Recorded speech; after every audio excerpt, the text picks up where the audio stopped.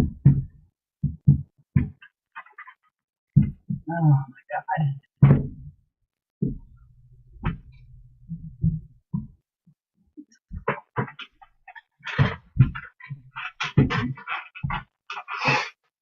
Oh.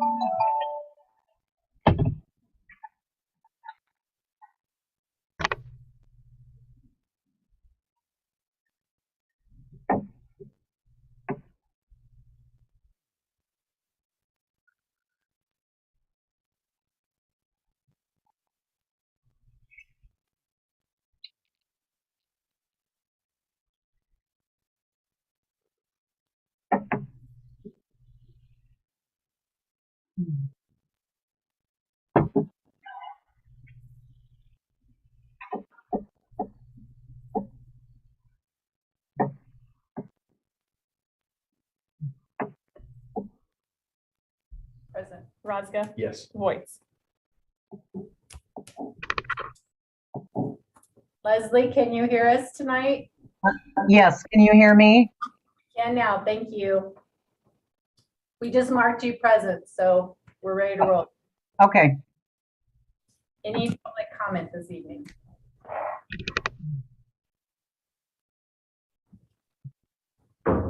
Okay. Moving on to our consent agenda, we'll first discuss approval of our claims. Any conversation, questions, discussion around what was sent?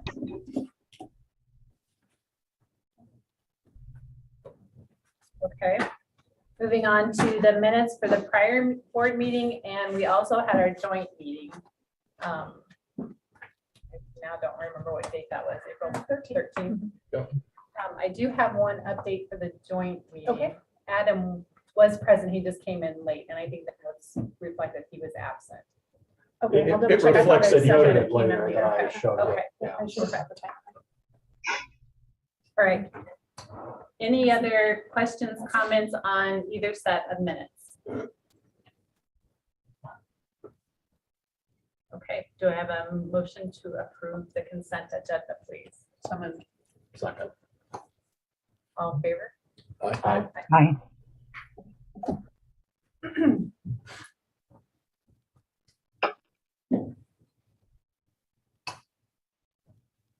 Okay, moving on to the electric utility action items. We have a resolution authorizing the purchase of 2 directional bore machines, trailers, and mixing systems for the electric department. Chris or Mike, any conversation around those? I'll kind of just start it off.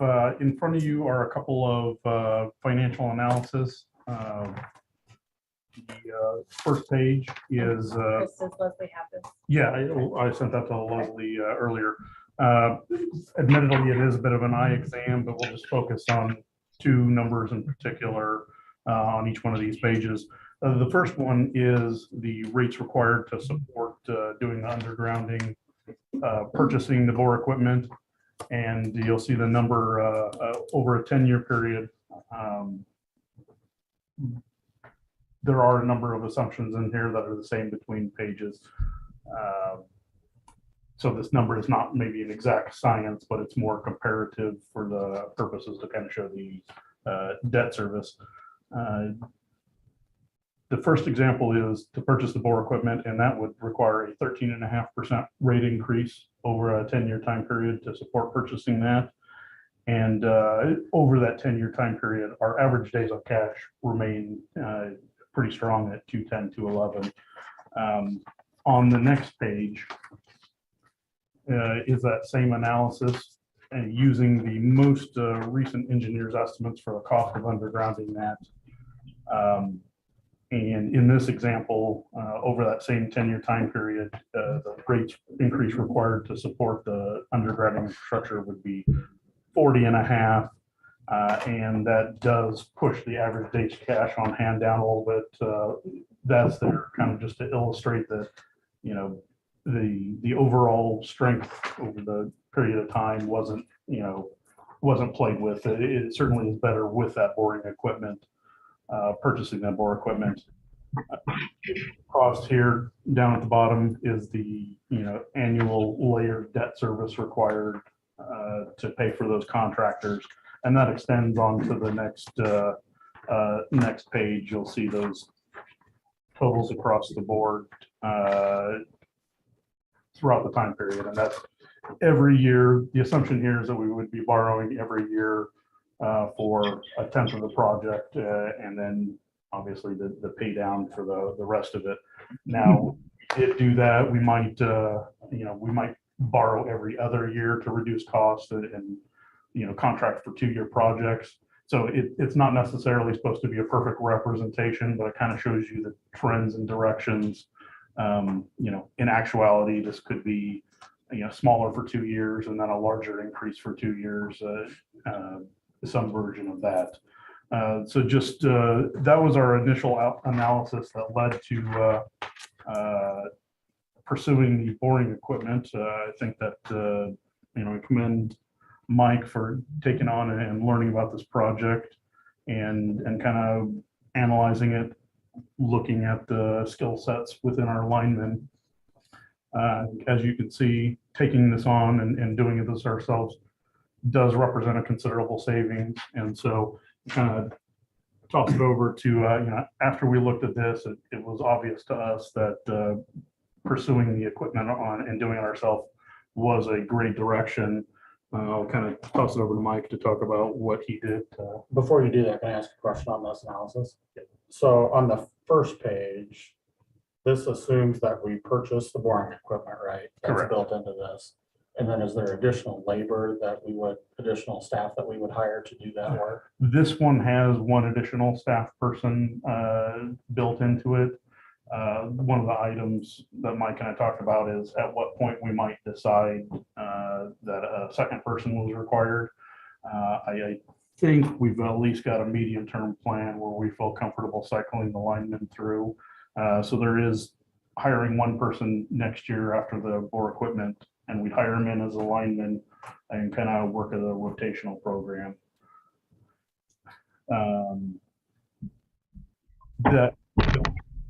That is built into this as compared to the labor. It is possible that in 5 years we add a second person. It does change the dynamic some, but not a lot. So it's fine with our solid knowledge. At one point, because we have 3 crews of 4 each right now, don't we? There's 10 linemen total. Okay. Ran two forwards and then the 2 service. Okay. And I was thinking that at some point when we talked about this, and maybe this has changed, we were basically going to add another crew and just cycle everybody through so that everybody's trained on this. So our hope is to take one of the crews and be a bore crew, Yeah. strictly, and then keep the other crew kind of as a float, take care of developments, any other maintenance type of thing. But if we happen to have time where, development starts slowing down, then that crew can turn around and help with the bore crew. But yeah, our plan is to train everybody on it. So you, based on what you were saying, definitely 1, potentially 2 is what we Yeah. feel like we need to do this project. Okay. Good. So I'm gonna kind of go through this. And I know this maybe I'll try and keep it short as I can, but we're talking significant dollars here, so I want to make sure kind of go through the process of the whole thing. So as we talk through it, we talk a smaller and medium drill. Where that's arrived from is that's where the manufacturer, they consider that a small drill or a medium drill. For us, the medium drill will be our big drill. There'll be a large drill. It'll definitely do 95% of what we're looking for probably out there, maybe even closer to 98. There'll be some of those bigger feeder projects out there that take a lot bigger package for a bigger drill, but on a day-to-day basis, it doesn't make sense for us to have that large of a piece of equipment sitting around to take care of that. So if we did have the situation that we would need it, we would rent it. So for a time. our 2 options would be, you could possibly rent it if somebody would have one. Like right now, you can't hardly get one at all. Or you could hire a contractor. There to hire a contractor. Our other option would be, and if there's enough room in that area, is we could actually do two bores, separate the product out to get it done with our own equipment type of thing. It's just whether or not we got that kind of room available in the area we have. We did demo, we were able to demo both vendors, see them, actually put our hands on the equipment and try them out. They're available in April of 2023 from both vendors. We did get them to lock in and agree to a bid price to hold that with a purchase order. Talking through service, and I'm going to reference Premier because they're kind of a little bit ultimately they kind of get to the punch here. That's going to be the recommendation for consideration, but they do have a service center in Des Moines and Pella. They do have a mobile service.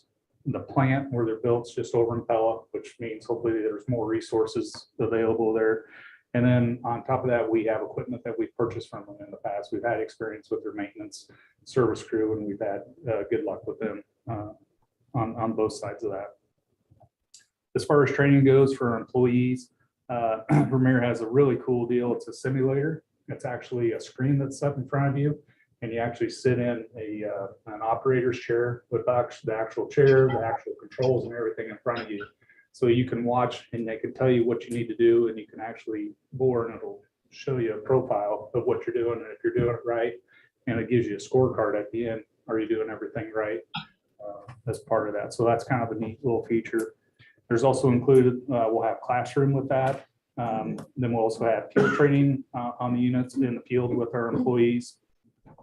The factory has a certified trainer that will be doing this training through them. That person, I've known him to be around the boring equipment ever since I've been on the state committees up in Des Moines. He's Brad Croak. He's very knowledgeable in this. In fact, he met with us when we did the demos, and our actual sales rep is very knowledgeable on the boring crew. So we have those two resources available. If we have any questions at any time, they both express that they'd be available if we have any questions once we get through the training and get going. So will the training take place in Pella or will it take place here? I think we can do it in Des Moines actually, or Pella. Either way, it's about one half dozen the other for us to get to either one. It's just probably where the availability is. But yeah, the simulator will be neat. We're actually, they give us a crash course, kind of like let us sit down on the simulator and use it last week, which was kind of nice to actually sit down and go through that. As far as warranty goes, they come with a 12-month warranty. They do offer the extended warranty. I'm not necessarily recommending that we take those extended warranties. You're pretty much talking the motor. Once you get past that 12-month, you're going to know, is the motor bad or, those things in that short amount of time. I'd rather take that money. We just keep it back between the two units. If we have a piece of part fail within that, past that 12 months, and we have that money. If we don't spend it, that's just money we just save in that process. And then the normal maintenance as part of that was also an option. I'd recommend we don't take that. We have employees in-house that are able to do normal maintenance on we do the normal maintenance on all of our other pieces of equipment as well. So there would be nothing out of the norm for us there. And also, with that warranty, there's a lot of consumable parts that are not covered underneath that, which would be like, I'm going to use like your bore rods. If you bend a rod, break a rod, lose a rod, it's not covered underneath the warranty. And that's the stuff that's going to take the wear and tear. So my recommendation would be, like I say, not to accept the extended warranty options. Additional items that we need still besides of this would be the vac machine, mini excavator, skid steer mounted concrete core, so we can get out in the streets, core of concrete to be able to excavate anything that's out in the roadway. Then of course the rest of the accessories, we need the back reamers for bringing product back, all this, I guess all the other tools that go with the bore rigs. We would still need to get all those pieces. And we didn't quote that out because ultimately it's hard to quote from one vendor to the other. It's better just, we're talking not, this is the big number, the accessories won't be the big number. Do you have a ballpark for what the accessories for I don't have a ballpark. I mean, we'll definitely be within budget when we get done on it. But it'll be a big, Can you see the number? Bigger than this one? no, but it won't be a little number. No, it'll be in the, you know, that stuff that's $1,000 for a back reamer or something like that. We'll probably need a couple of those. But you're talking about a back unit?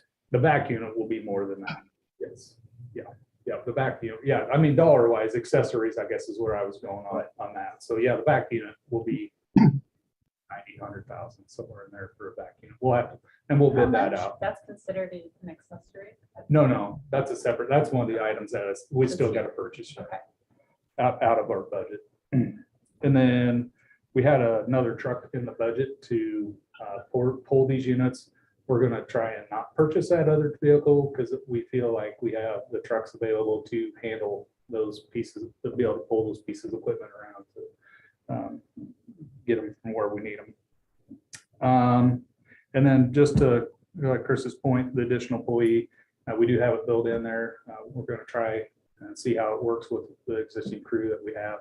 And then if we need to, we have that option to add additional resources if need be. But it was a great experience. I did include all three of our crew chiefs a part of the process. They went with me to Ditch Witch and Vermeer both.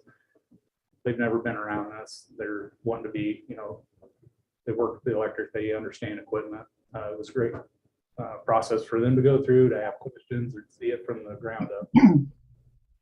Yeah, it was good, good experience for all. If I'd answer any other questions that you have on any of the equipment that we have. Mike, how much does the extended warranty cost? There was some different options. Bring that up here.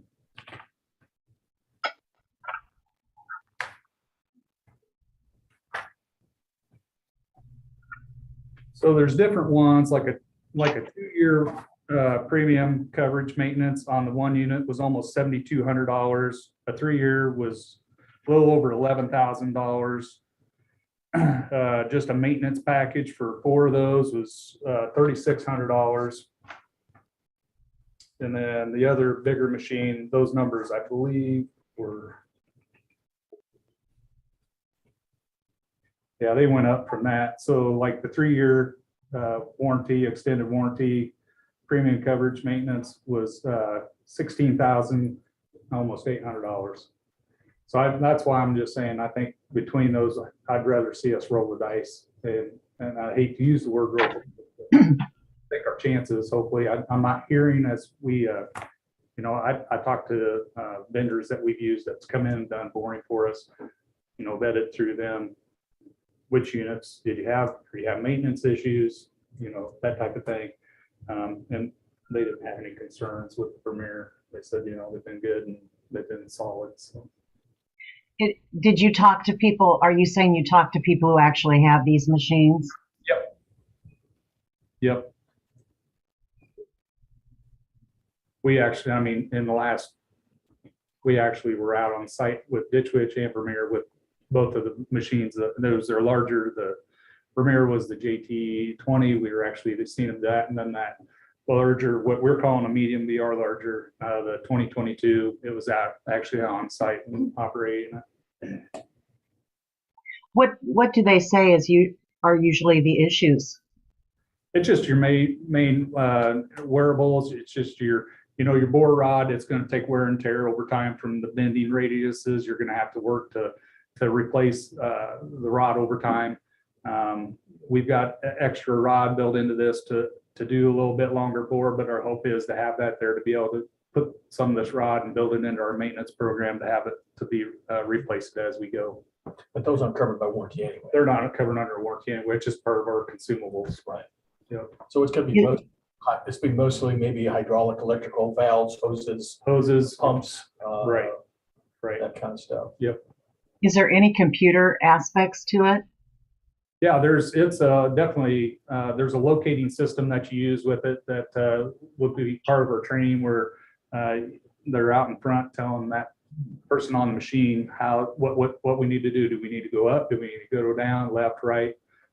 That's part of the locating system. So yeah, there's definitely electronics involved. I feel we'll be find, every single one of our guys knows how to go out and locate our underground facilities. So they know how to read a locator. It's just some different aspects of it. Well, do the warranties cover any of the computer? Just the 12-month. And are we getting the 12-month? Yeah, we get a 12-month with it. Okay.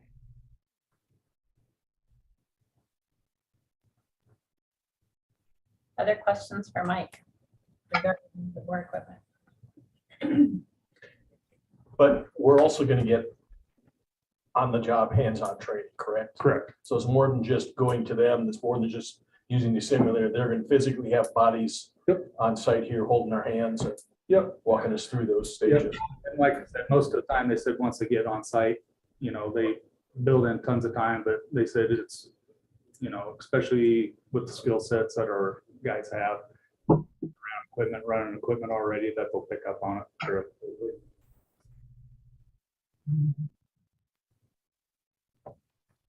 So I mean, we've been talking about this for quite some time. It wasn't until, what, 12, 18 months ago or so where we, I think, seriously started looking at doing this in-house. And when you look at the numbers, it's, to me, if we want to go underground, I guess I feel pretty strongly that this is the route to go. So, And I think we confirmed in our strategic planning that we do want to go on. yeah. Kind of give you an idea, because we don't have one coming in, but we just took bids out to do a little bore out on Summercrest, to bore in some stuff. And we got 2 bids back. One was almost $8,000. The other one was almost $10,000 to do those little bores. So it's definitely not. And that's When you what say that's little the boards, point. how far are we going? You're talking like 600 feet Okay, worth of bore, not very far. that's not very far. I mean, they're 3 separate boards, so there's, setting up the machine adds a little bit of cost as they pick it up and move it. It's all in the same area, but you still gotta pick it up, reset, and it's a separate board. You kind of, I mean, across the board, one thing that we talked about is some other utilities that have this equipment, and all the supervisors, department heads, and general managers that I talked to said it's an easy 30% savings, either from contracting it out to, which makes it sense given the labor and profit involved in some of these. They've all had positive experience owning this equipment, and had noted the just on project to project. Some utilities are responsible for the feeds through the house and doing those undergrounding bores that they used to contract out, and now doing the feeder to the house. 30% across the board, pretty easy and pretty comfortably. I think directionally over a 10-year period, that both that impact to the ratepayers as well as that debt service across the board for almost a 20-year period does show that doing this in-house is really the way to do it. And so thanks again to Mike for picking this up and taking it on. I think this will save the community quite a bit of money. So, Mike, when we make a commitment to either of these firms and we don't have equipment delivered until 23, what's our financial commitment now? There's none that I know of right now. They didn't indicate that. It's just at time of delivery. The one thing I will clarify, I am asking for the base, they showed it in there as the option was the 2-inch hose rails mounted to the trailers, to include that as part of the option. It's the hose that goes from the mud pump to the unit itself. There's 100 foot of hose, and there's an actual hose reel, so we can wind it up to keep it contained, and it's not throw it in the back of the truck or on the trailer. Just try to keep it all together, or it's easier accessible. And that's an option. It's an option. Other discussion?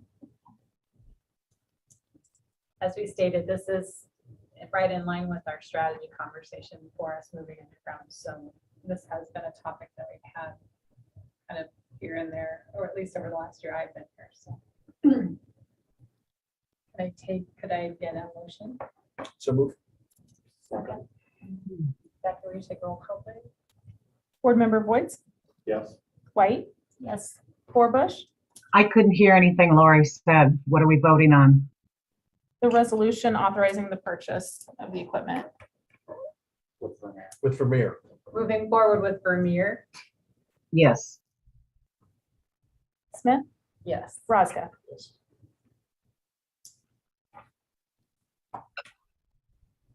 Motion's carried.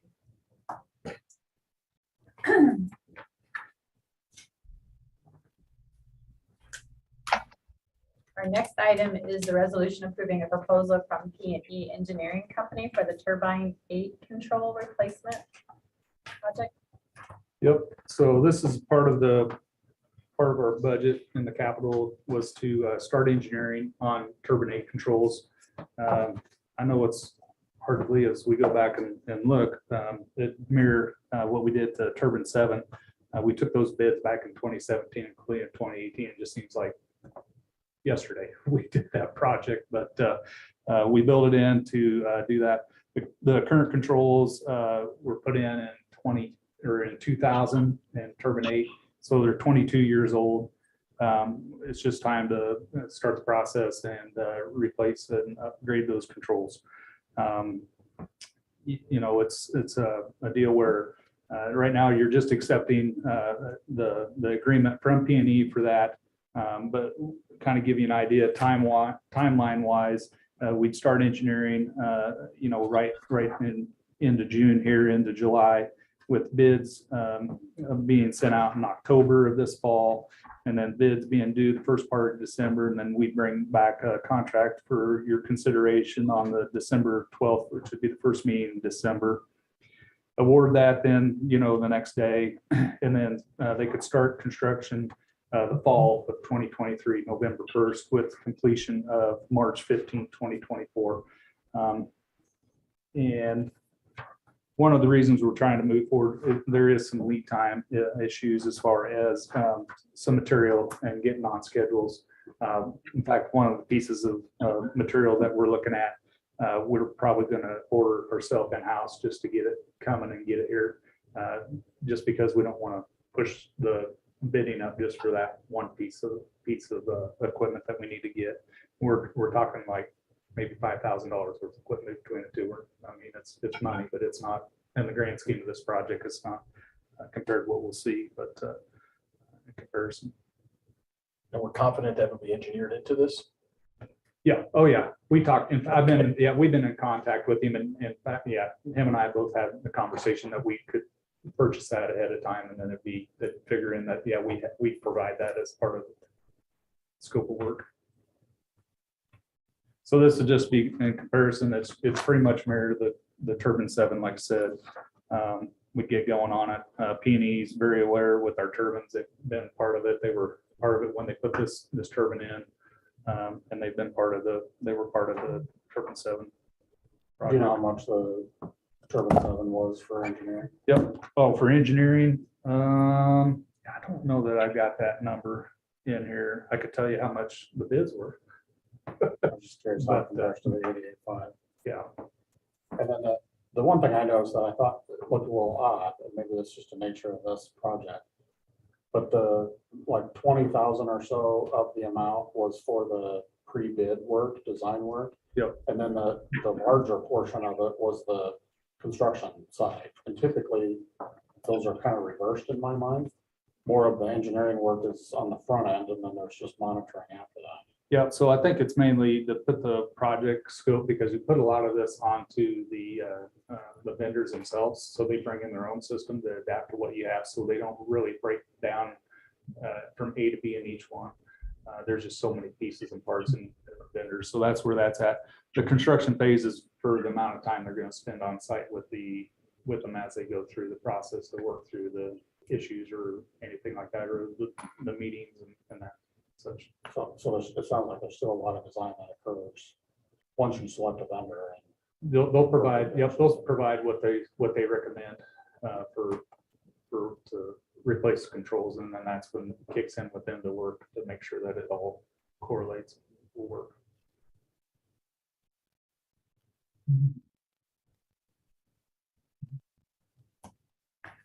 Other questions or discussion?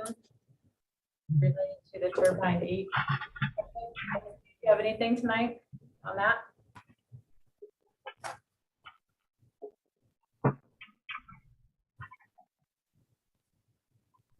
I would make a motion to approve the resolution.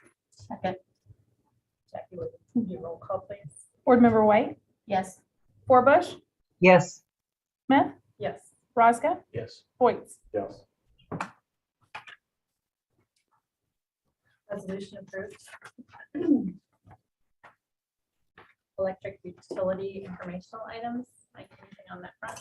Yeah, I guess I'll gonna step back real quick on the bore stuff. I definitely appreciate the board moving forward with that. That's been a project that's been on capital budget as long as I can remember. It's been a long time coming, so definitely appreciate that. Besides that, our developments are starting to kick in a lot of the areas in town. They're actually moving dirt and getting ready to start pouring some paving. So we'll be getting into some of those developments. Chris relayed to me today, we got some good news on solar. We've been pushing to get the voltage, secondary voltage changed on these solar panels. And I got word today that they're going to go from 600 volt to the 480 volt, which we carry those in stock and they're more readily available. So definitely good news for us. We'll start the process of getting bids put together and get out and see how soon we can get those. And then, it'll save us not having to hopefully have that additional high voltage transformer sitting in our stock. So other than that, it's just springtime. Everybody's going phone ringing and everybody's wanting to get projects done. Is it really spring? Well, maybe. We'll check in 2 weeks. Any other questions for Mike? Thanks, Mike. Water utility action items. Yeah, Warren Water has got another customer with the water main runs right through their front parking there, and they're requesting to serve them. Coming standard operating procedure for us. There's a lot of people love to live on acreages, so got that to decide tonight. So should we just go ahead and take care of that one? Might as well. I think it's Do you have any concerns with this? no. Second. All in favor? Aye. Aye. Been approved. On the water waiver request from the commission, Doug's here to answer any other questions you might have. The water goes through the meter there at the swimming pool. We bill them accordingly those 3 months or whatnot, and then at the end of the pool season, we cut them a check back for the 1.5 million gallons of water that we said we could. And last year was $8,625. This year, if approved, it'll be $9,375 with the rate increase.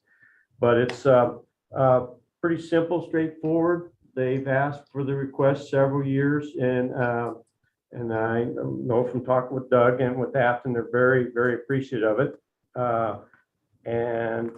Like I say, last year they went a little bit over because they had some leaks, and Doug can explain more if that please. That would be great. That was one of my questions. Thanks for having me or at this opportunity. I'm Doug Byland, Parks and Recreation Director, for those who may not know. We have our request here for the Aquatic Center water donation. Last year was a very interesting year for us for a couple of reasons. We did in the middle of the season realize we're using a lot more water than we were normally using. We'd come in the morning and it'd be down an inch or so, and of course over a 330,000 gallon pool, that ends up being a lot of water at the end of the year. A couple of reasons. If you remember, the fall and late summer was extremely dry, so all the stuff that we do, the water goes into the thin air and just evaporates. So that's another problem. Irrigation, try to keep the grass green so people don't bring mud into the pool. There's a lot of things that contribute to that. But our biggest issue was we had a leak in the gutter of the zero depth entry. So those of you right in the middle where the really shallow pool starts, there's a gutter there, and it had a crack in there that's probably as big as my fingers could fit in. We couldn't fix that in the middle of the summer, unfortunately. So when the season got over, let the water sit, and that's right where the water stopped leaking. So we're pretty confident that's where the leak's going to be. as we deal with mechanics, Lou's crew and Mike's crew's been helping us with a water main that's feeding the pool that we found, but that's completely different from this, we hope, right? Shouldn't have broke last year, so that's not it. But so what we're asking for is up to 1.5 million gallons. I think normally we're under that, so we don't usually use the entire 1.5 million gallons. So that's one of the things we try to invest in the pool. So it's going to last for a long time. And if we do find issues, we try to take care of it as fast as we can. So is last year one of the few years that we've actually had the excess? That's of gone the over, yeah. 1.5? Seems like for the previous, say, 2 years, it was more typical. I'd say And then there 1.2, 1.3. Yeah, weren't there some weeks before that then that we dealt with also? Yeah. So then explain to me the in-kind thing. So then how does that work? So why are we writing checks back to you then? Because we don't know whether they're going to use the whole 1.5 million gallons. So whatever they use, that's what we get. If they used 1.1 million this year, Right. then we write them a Oh, check back. So they pay So until we they- know. Okay, Just, yeah, so at the end of the season, we know exactly what they use, and up to 1.5 million is what we donate back donate back. to the commission. So And you thought that would be roughly $9,000. it would be $9,375 if it's the whole, if it's the whole 1.5 million, yes. Motion to approve. All in favor? Aye. Approved. Thanks, Doug. Thanks, Doug.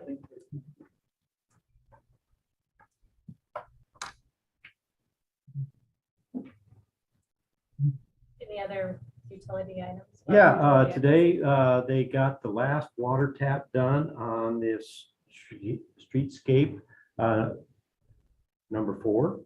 It's the irrigation system for Doug's plants and around the 4 corners. Each section of the square has 4 corners where they're going to have bushes and trees and different arrangements. And we tapped and ran it all the way around and got all 4 of them, like we did at the corner of Salem and Buxton. So that was the last tap, and we got everybody tapped over then down to First Street here. They opened up the street where we had to dig it out to make the disconnect on the old water main. That got poured back. So now we got two-way traffic on First Street here again, which is good. But like I say, that part, they'll start doing the great work. And then hopefully here before too long, because the sewer, storm sewer and water have all been completed. So get that part of the project rolling. Also, it's a little bit delayed because of the weather, but the American Recovery Money project that we're doing with the city on West Boston between D Street and F Street and north and south on F, they got that started today with sawing and tree removal, bush removal, that kind of thing to start the project. So otherwise, very busy. Very busy. That's all I got. All right, great. Thank you. Moving on to the communications utility informational items. Yeah, I'll keep this kind of short as well. Like Mike said, we're just really busy with outdoor stuff, trying to fight weather and stuff. Have made a good progress on the temps. I think when we first started, mid-March, we had almost 100 temps on the ground. We're down to 20 right now. So the guys have made really good progress on that. If Alberto can stay in front of us this week, we might get them done by the end of this week. If not, it should be very early next week. So doing good there. So. And other than that, just trying to keep up with installs and like I said, dodging raindrops and snowflakes right now. Do you have any impact from the storm Saturday night? I didn't have it.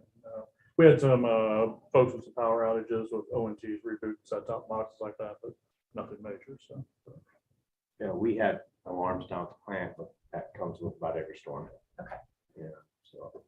I wasn't here. I just heard the winds were horrible. And Wow. We did have none, but we're not sitting. Our We got a power out. clicked off, but it came right back on again and almost like a little power surge or something. yeah, a couple lightning strikes, I think, is what we heard from people too, that some there a big boom close by and then losing breakers out and stuff like that at the house. I got a tech support call from my husband. How do I reset my modem?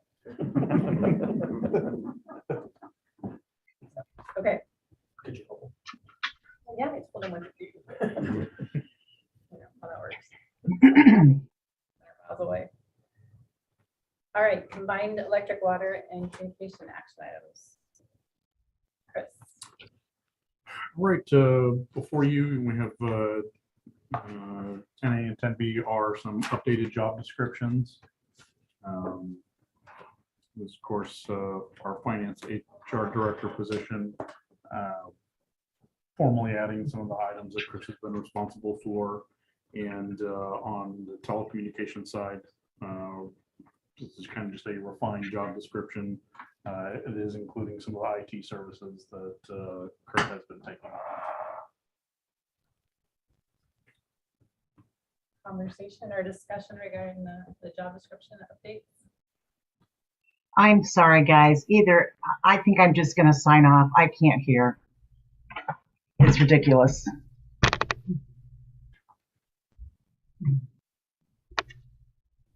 Well, hang on for a little bit. Don't go anywhere just yet. We'll continue to try and speak louder. We can use that. Well, if you could pull your microphones closer to you. Problem is, Leslie, we're restricted by the amount of cord that we have. She could probably. Well, I'm leaving. Okay, moving on then. Any other questions or conversations around the job description?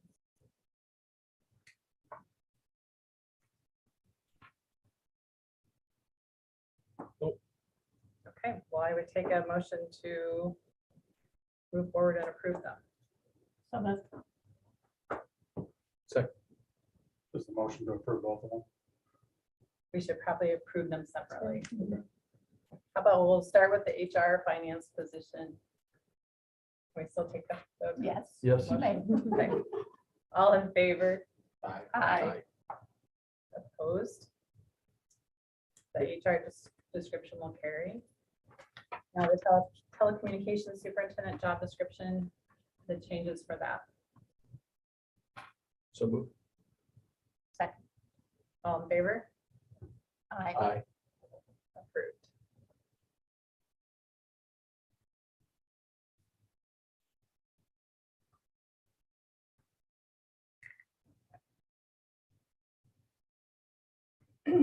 The next item on the agenda is the conversation for salary discussion. Yep, in your packet are a couple of salary resolutions for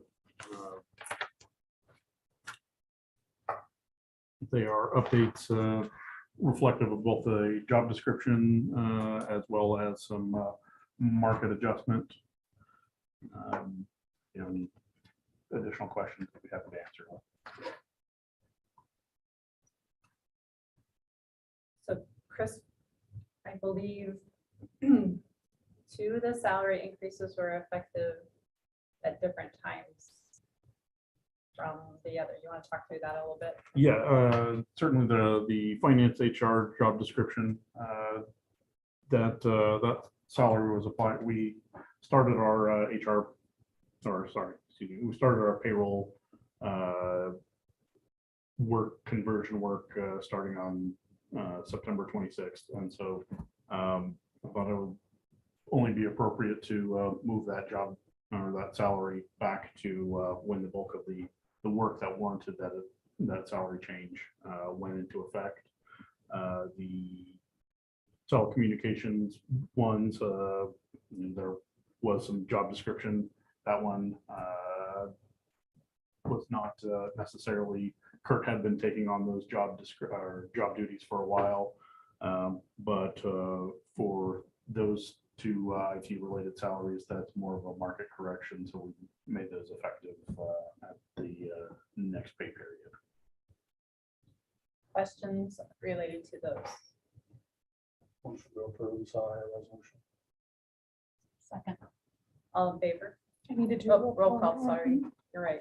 Board Member White, Yes. Smith, Yes. Rosga, Yes. Boyd. Yes. Action approved. The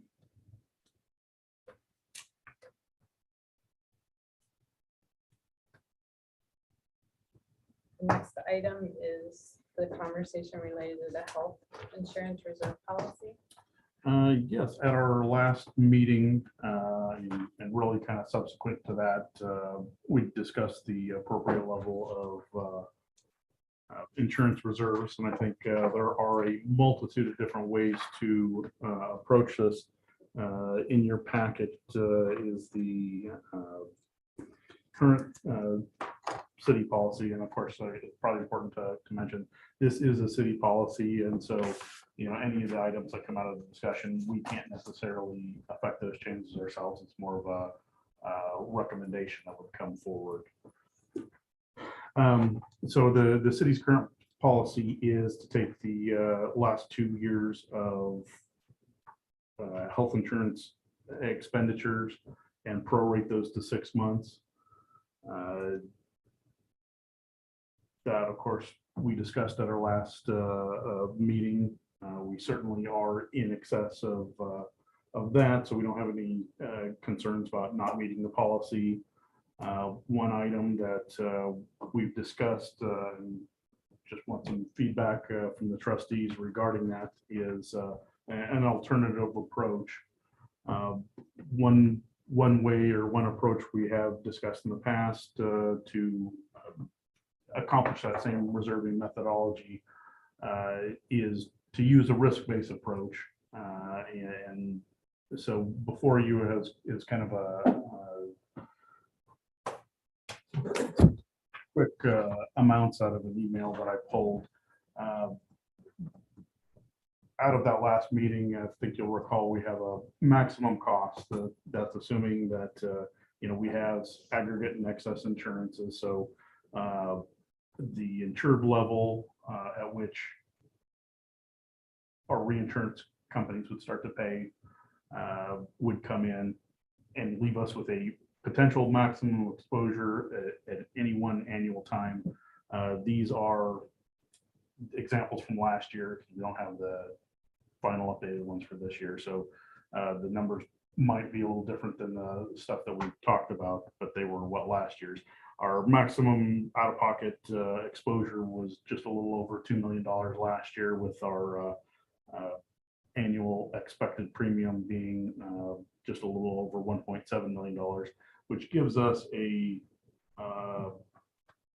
risk in any one year should, you know, the worst occur and we have lots of claims. Kind of the end of the world scenarios, the most our insurance fund reserve could be impacted would be $342,000 in last year's dollars. And there's also another component to the suggestion, and that's the 509A reserves.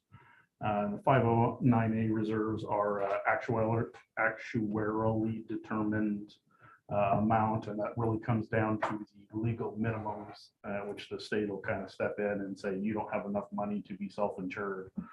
So that 509A reserve is related to the amounts that we need to hold legal minimums because we're self-insured. Is that a separate line item, Chris, or is that in with the reserve pool?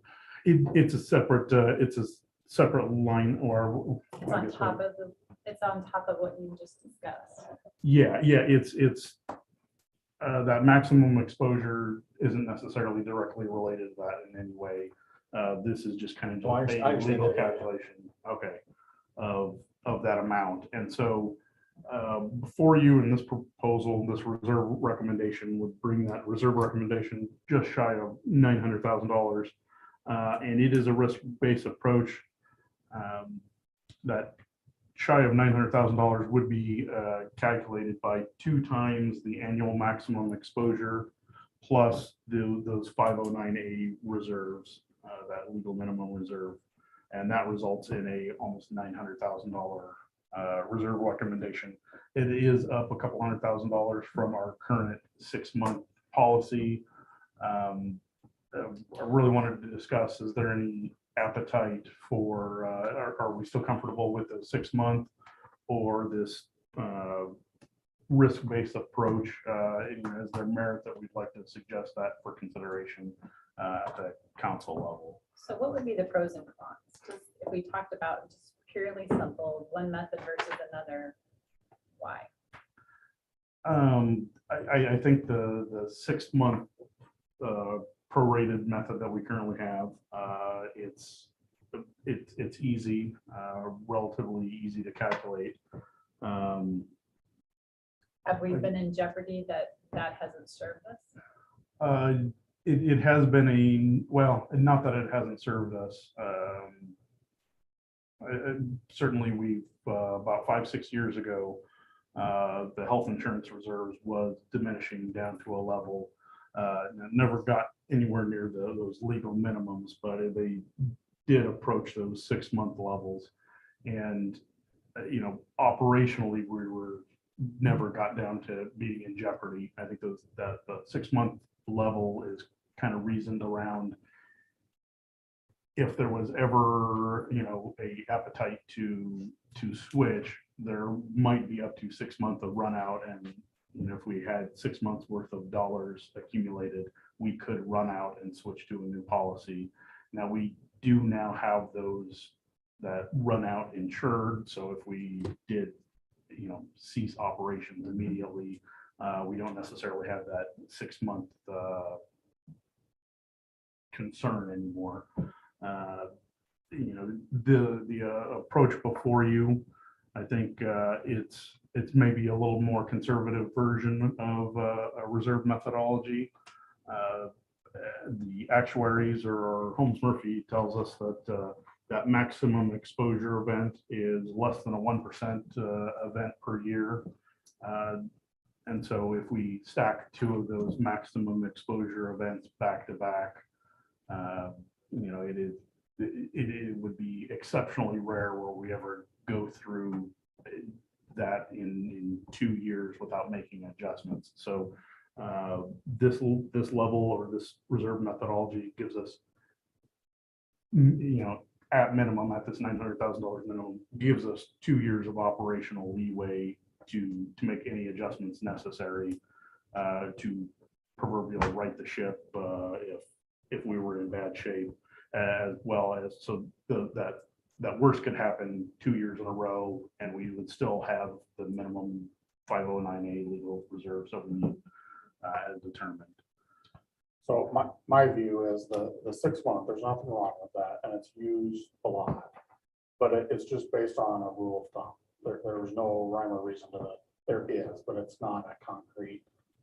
You can't Like point your finger formula. to 6 months and that's the right number. Where what Chris is proposing is based on our risk, which makes more sense to me. Have you guys had any conversation with city staff at all on what? We've chatted at that. Both Charlie and Andy didn't see, out of our joint meeting, didn't see the need to change. So, or didn't see the desire or demand from the trustees of the council to make the change. So, they I know that I'd agree with that interpretation. I Well, was surprised at that as well, but and I would throw that back. Ron's still back there, isn't he? yeah, he's hiding. So I would throw that back to Ron, because I am of the opinion that we have significantly more in that reserve fund than we should. And that we should be spending that down, and what we did the other day ain't gonna get us there. No, and I think this is the place to start for that, because I was just trying to understand the methodology of how we set reserve, regardless of where it's at today. What is our threshold that we know we need to have to protect us? And so that's what the questions I was asking related to. And then point B is, yes, our fund is quite large. Whether we use a 6 month or we use this new risk-based method, then over time we should be able to work that back.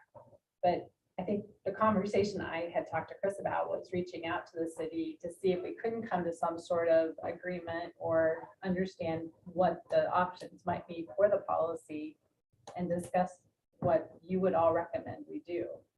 And so when you mentioned, I thought that's what we talked about in the meeting. And Well, I think it is what we talked about, but in order to do that, I think we first of all have to come into an agreement on what that number needs to be. And then how are we gonna get there? exactly. Yeah. That's what I'm saying. Okay. Exactly, is how do we what formula are we using to create that? And then we can decide where we need to be from where we're currently at in the fund to work us our way back to a more normalized level.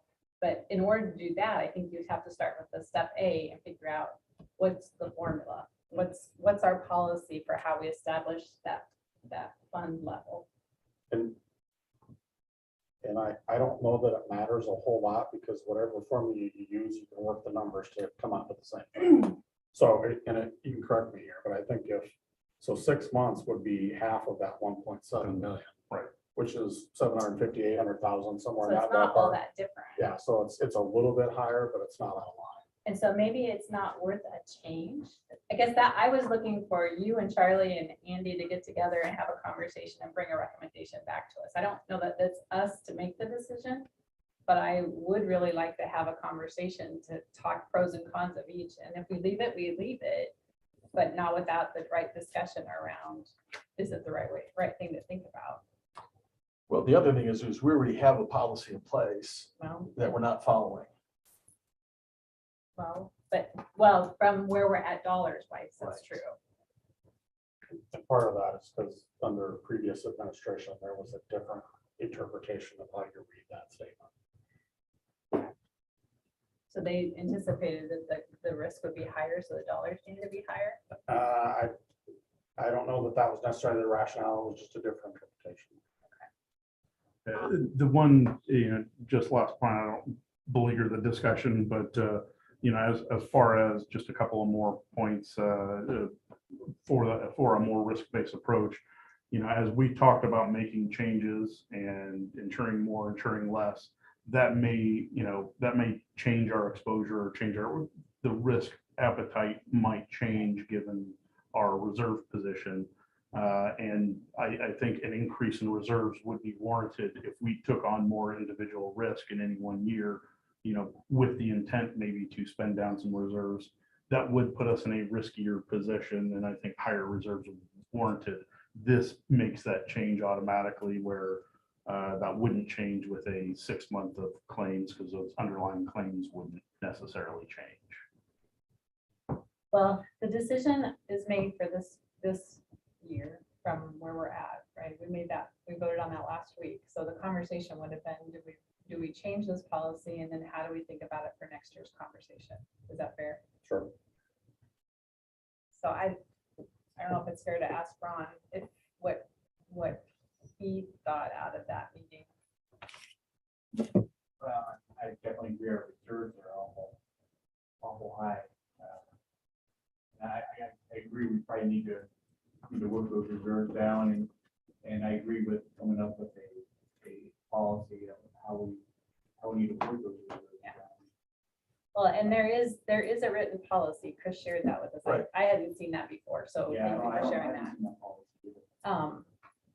And so I guess really where we had left Chris was talk to Andy and Charlie, have a conversation about what you think. And if we stick with this policy, great, but let's have the conversation so council and board understands what the policy is. So when we go in and review where the fund is at next year, we have a sense for how much closer we need to get. I think it'd be good to wait till Ben gets in and can chime in on that as well. Okay. So we'll put that on our end of summer. I do like the way you're thinking about it from a risk standpoint. Obviously, I work for an insurance company, so I have some of that kind of background, but let's do that. Let's put that on our list to have a conversation with Ben once he gets his legs under him. And then be prepared to have a conversation about what that policy should be prior to us going into the new insurance season to figure out what we will need to do for things next year. And my recollection from the joint meeting was that there was direction to staff, both city staff and IMU staff, to come up with this. I thought so too. Yeah. And Ron, is that what you remember too from the meeting? Sorry, I don't quite remember that. Oh, you don't? Okay. I went back and listened to it. John wanted to direct the staff to set a policy and come up with something and figure that out. And then Andy read the policy. Alicia talked about the average, and then Adam said that there is a different way of calculating what the policy says. And he's fine with deferring to staff on how exactly to do that. Everybody else kind of agreed. John again said to recommend to send it back to staff to figure out how to draw down the reserve amount. Yeah. So city staff didn't think that the policy needed to change, because when Andy read the policy, everybody's like, seemed to agree on that.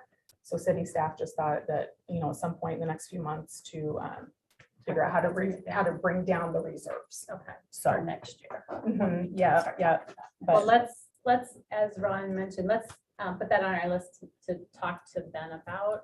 And if we can agree, then we can bring it back to council and board and make a suggestion if we want to change it. Perfect. Okay. We've got kind of a running list, so we're hoping to get this legs under him fast. Any other questions or conversation? We really just wanted to have the discussion, so we all had a kind of a common understanding of where we were at with it before we go into it. But I think Chris can take from our discussion here that we're cool with kind of what he's proposing here, yeah. Okay. So we didn't need to vote on that, did we? Nope. no, So now we have a motion on a resolution to approve the health insurance benefits. Chris, you want to talk to that? Right out of our joint meeting, we agreed on a couple of terms and items, and I don't think there was any substantive changes other than setting those premiums at the 25 percentile. So since that's an internal discussion, the rest of these are setting those health insurance benefits and the ancillary dental, vision, disability insurances for the upcoming fiscal year. Is there any other conversation? I think all of us were in that discussion last week. The only thing I wanted to clarify though was just based on the memo, the additional HSA contribution, I want to make sure it's clear that that is to be funded not from IMUs in the city's budget, but from the reserve. It's mentioned to spend on the reserve. Yeah, the way it's worded is. So part of the contribution will be funded by the budget and part of the contribution will be funded by the reserve. Okay. Any other comment or question? A motion to approve. Second. And this is roll call. yes. Board Member Smith, Yes. Raska, Yes. Hoyt, Yes. White, Yes. Approved. Next topic, Chris, you want to talk through the conversations on our legal RFP?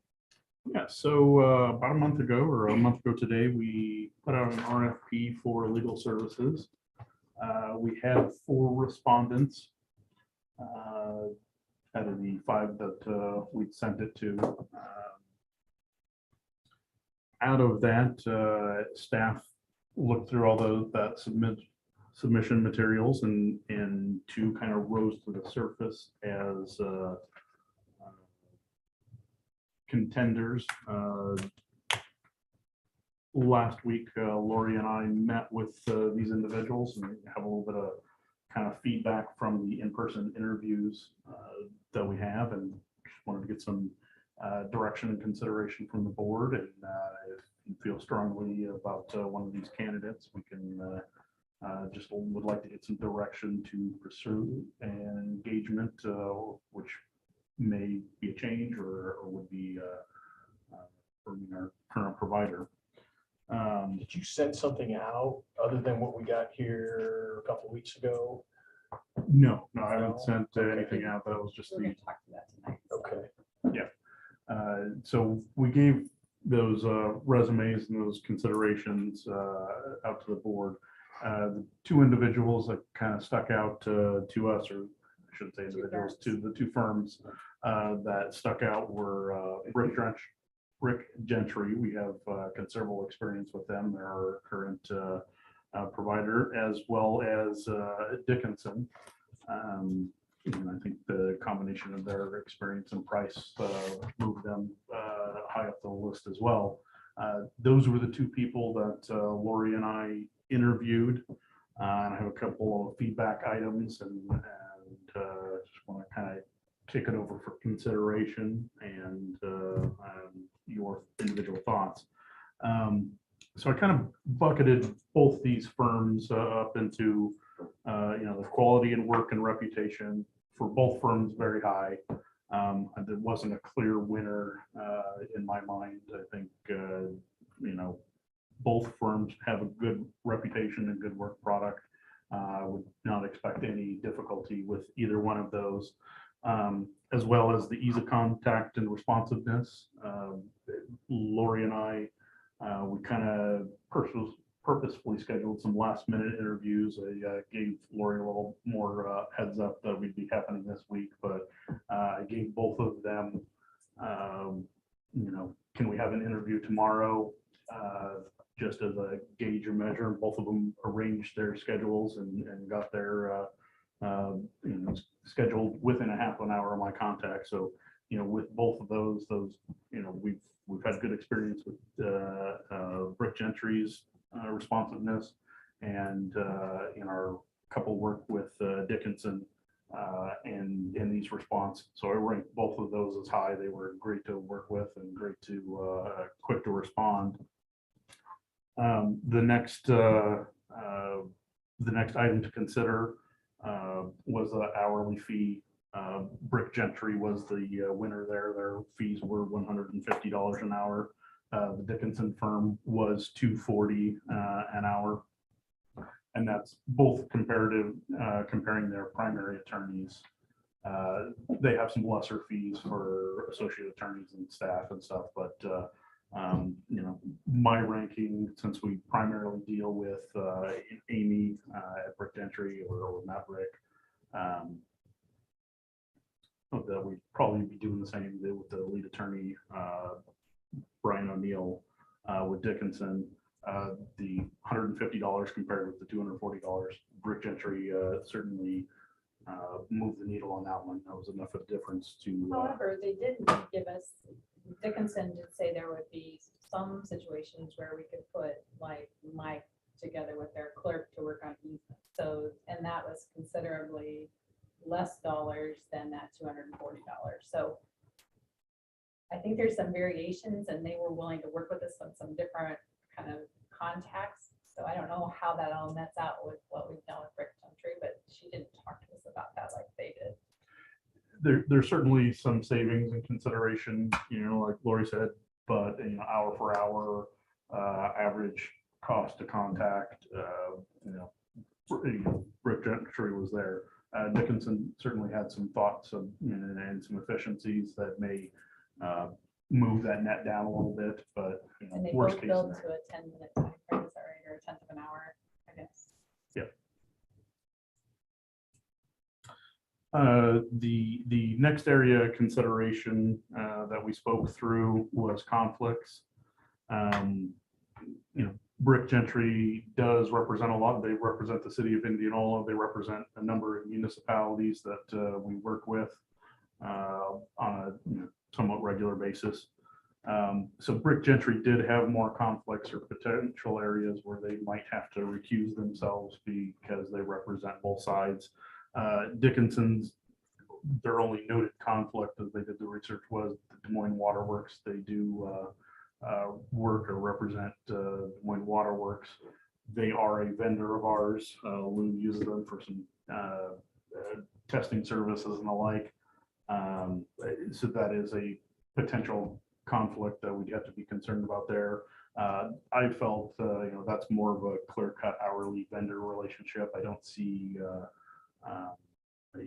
much in the way of arguments materializing out of that. So I thought that conflict was certainly less impactful to the organization than Brick Gentry's potential conflicts. And so I ranked Dickinson higher in that. And so, it was a close measure of firms. I looked at some of the other items and other considerations. And in the other category, I ranked Dickinson a little higher than Brick Gentry. They did come with a lot of, I think, great ideas and great suggestions, some ideas and efficiencies and considerations. They seemed excited. They definitely seemed to want to learn. I didn't know quite how to quantify that in a ranking scale, but there was just some, feel and excitement and engagement. Felt like they would be a stronger choice. So I'll turn it over to Lori on some of her thoughts. I think we spoke through some of those, but she was representing the board, and I'll turn it over to her for some of her considerations. The first time I've had a chance to meet, so both groups were new to me from kind of a perspective standpoint. Chris and I talked. It seems like Brick Gentry is represented as well. I think when I step back and think about what our objectives are, one of our first reasons were we felt like we need some separation of coverage from where the city was out for IMU. And as we sat into the conversations, certainly Brick Gentry was a baseline, they represented us. But when we sat and talked to the two gentlemen from Dickinson, they had ideas that they were willing to offer. They work with utilities groups like ours. They had suggestions on policy and how we might think about our HR policies. They had conversations on how to approach from, like Chris said, some efficiency standpoint. They just seemed more eager about working with a group like ours. They liked that they potentially would be working with new topics. Solar was one that they said they hadn't had a ton of exposure with, but they'd be really excited to get kind of in that channel. I walked away feeling, I told Chris Thursday when we left, I was like, okay, we talked with Brick Gentry first, and then Friday afternoon, I was really excited about that conversation. But again, they don't have our business, they want our business. Bricks has it, so she probably came in not thinking that we needed much different. I don't know. What questions can we answer for you? Because we had good conversations on both fronts. If it were up to you, who would you choose? I think I know what you're based on one of your comments, but Dickinson. I just felt like they offered to us without us even asking ideas on how we should be thinking about using a legal service, how we could use them. We talked about working on some of the shared policies with the city. They had some ideas about how to approach that. They were just more forthcoming with thinking out of the box. And I felt like with Brick Gentry, it was, she knew that she'd worked with us.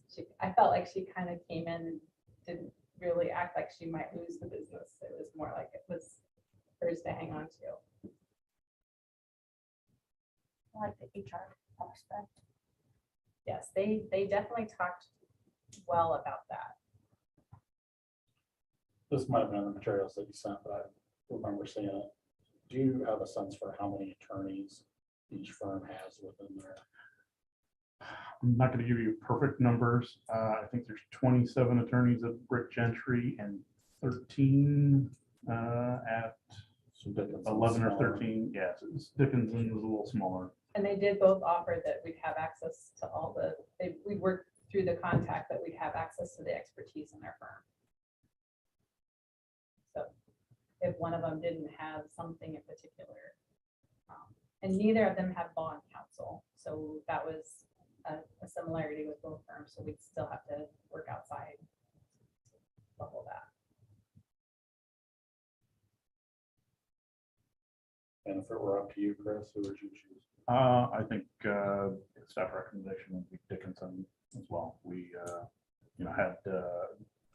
we've had a limited exposure. We worked with them, for a couple of months, and that was good. And echo a lot of what Lori said. Seemed a little more excitement, eagerness, and engagement with, bringing ideas and considerations forward. So the intent was really to have the conversation tonight to see where you guys are at from a direction standpoint, not reach back out to either group to give them an indication of where we're at. Obviously, if they're listening to the conversation now, they're getting a sense for it, but we felt like we owed a conversation back to both with some sort of direction, and then Chris can start working on contracting if we want to give them a state direction tonight. Well, I was happy with Dickinson when we worked with them in December. I thought they had their act together. They had game plan in place, and I'm quite honest, I guess I didn't think, I guess I never thought I would see a need Right. for us to have separate representation, but in hindsight, I think it's very wise.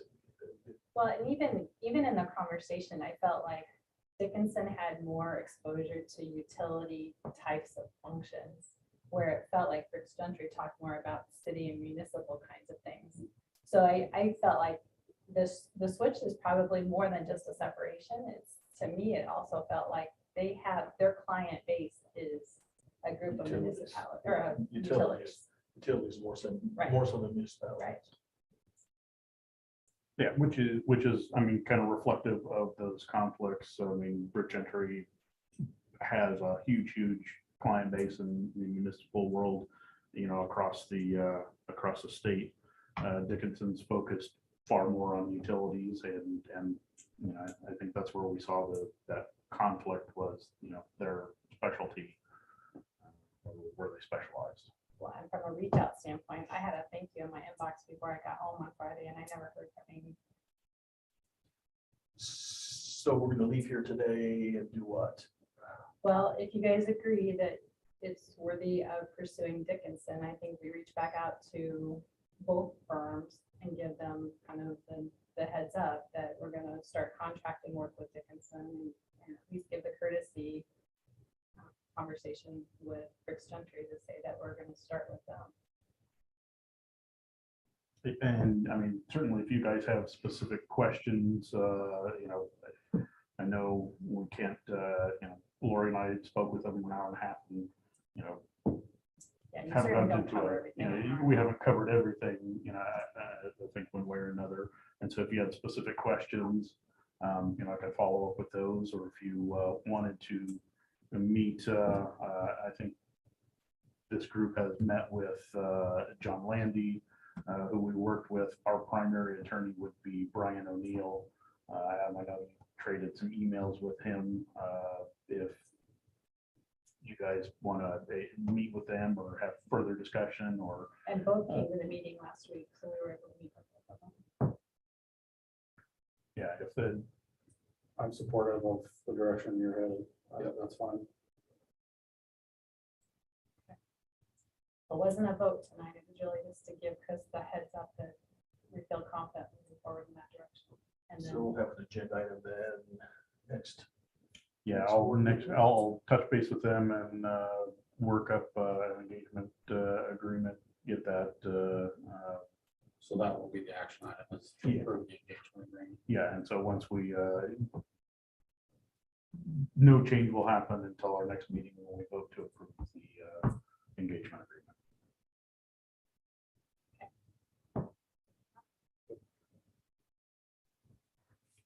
all right. Moving on to informational items. Video equipment update for the IMU conference room.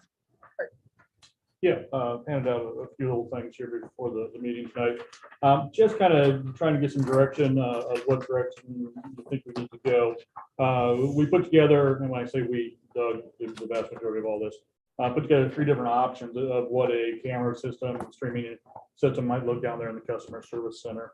I kind of asked him to do a low, medium, high options, just so we kind of see where the pricing comes out at. The first 2 options, option 1 and option 2 are HD, 1080 HD options. Option number 3 is a 4K option, so a little higher resolution there. All 3 of them have 3 camera, PTZ camera, pan tilt zoom.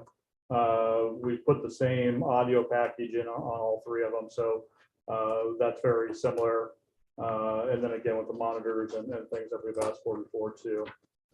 We also threw in there a contingency fund of $5,000, just because as we get into that room, there's going to be stuff that pops up. I don't know if we're going to need the extra speakers in the back. We don't normally have a ton of audience members, but I don't know how the sound's going to carry. We may need some sound baffling and. And obviously we need some Yeah. better Well, Zoom. and this, speakers. we do have a 12 mic system kind of spec'd out right now. So, so anyway, you know, the pricing, as we're just kind of looking at a general scope, is anywhere from about 20,000 up to 33. So I'm trying to get a better idea of where you all are comfortable with, and then we'll go back in and kind of refine this, come back with a couple, 2, 3 different options that are kind of in that range. So But Kurt, one of the questions I have for you is, there's a life cycle to all of this, Yep. right? And so are any of these options better positioning us for a little stronger, longer life? Or how would we think about that? well, technology wise, obviously your 4K, things are going to go 4K eventually. So that you're kind of out in front of that. The HD is probably going to work fine for you.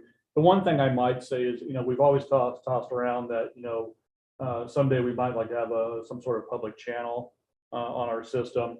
That option 3 is going to be more of a production system than the first 2 options. So, if we ever decided we did want to get into some production type stuff, this would probably be a better system to do Okay, that. so we with. would be able to go forward from that. We wouldn't have to come back and Right. redo. Yeah, so, we could probably, and maybe this isn't the solution to everything, but I think you could certainly get started with that and then add on to it if it takes off. So all 3 are decent systems. They're all kind of set up for churches and things like that do their own streaming. So, I mean, they're all decent cameras. Obviously, as you spend more money, the cameras do get better. Your resolution is going to be better, but I think any of the 3 would be fine for what we've got going. So. How do these compare? Because isn't the city looking at doing the same thing? Yeah, very, very similar. So, yeah, I mean, we're probably a little bit less.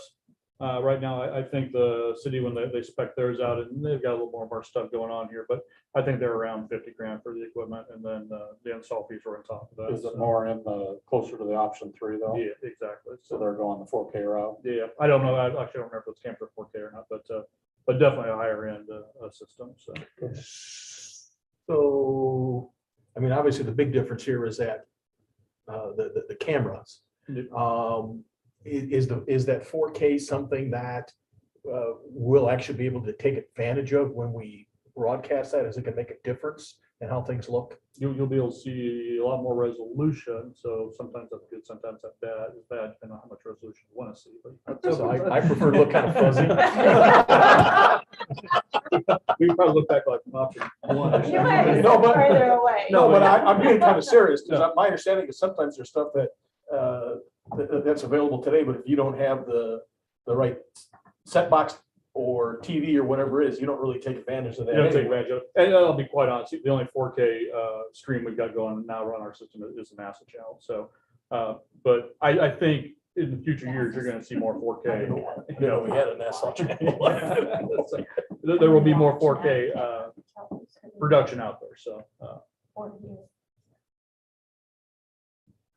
I guess, again, I'm the technology background person. I would lean to go toward option 3, mostly for the viability of just some longevity, because I feel like some of these other things are going to date themselves before we really get a good use out of them. And then we'll have to make a change anyway. So Good. that's my opinion. I don't know where you guys are at. No, I would agree with that too. And I do think, something that we talked about is it's one of the things we have on our back burner is our ability to be able to do some of our own production stuff and have our own, some local commercials and things like that where people can do stuff and we could actually use our system as a revenue generator from that perspective also. I don't know what kind of support we might get that from our local business people, but I see it as being a positive thing. sure. Yep. What about use?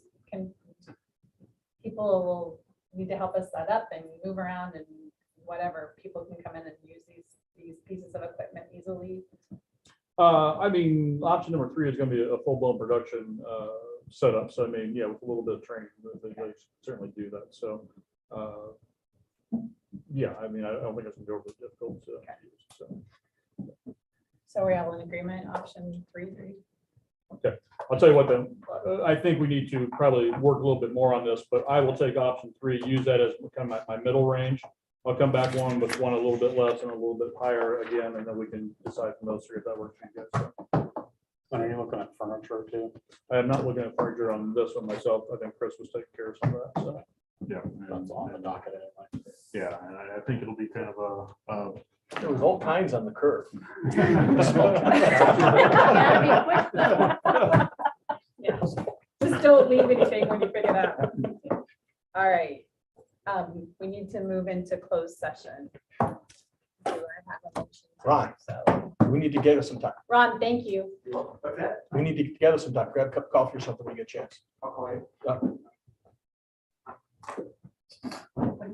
A motion to move into closed So session. moved. Second. need to read all Okay, enter into closed session in accordance with Iowa Code Section 388.9, parentheses 1, to discuss marketing and pricing strategies and proprietary information of telecommunications division whose competitive position will be harmed by public disclosure that is not required of potential or actual competitors, and no public purpose is served by such disclosure. Now I'll take a motion. Second. Okay, we're gonna go into closed session. Roll call. Oh, wait, Board Member Smith, yes, Rosga, Yes. Boyd, Yes. White. Yes. thank you for keeping me on. Thanks, guys. Thanks, everybody. Have a good Thanks, guys. night.